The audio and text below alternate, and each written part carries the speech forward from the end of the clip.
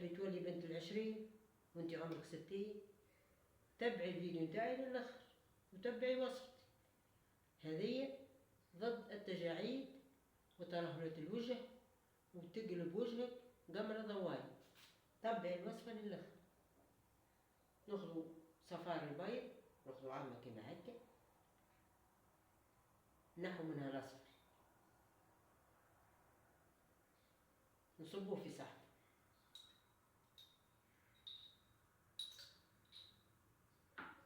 هذا هي صفار البيض صابيني.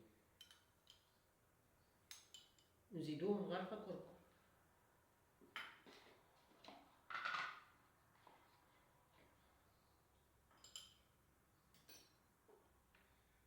مغرفة كركم. هذه وصفة فعالة جدا.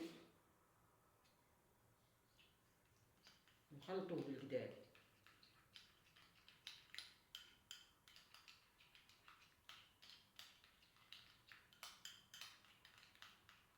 تبعي الوصفة للآخر والفيديو تبعيه للآخر، تحبيه ينفعك بالقدا. ونزيدوه طريف حليب مش برشا. هذه الماسك هذه تعملاها على وجهك، تخليه للتشيح على وجهك.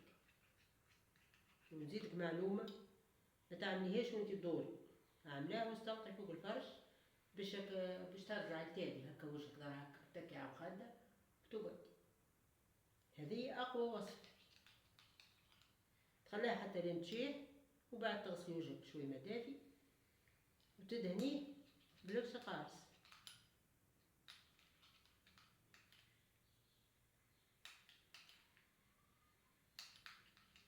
إن شاء الله تعجبكم الوصفة وتنفعكم، وما تنسوش الإعجاب والاشتراك. والسلام عليكم.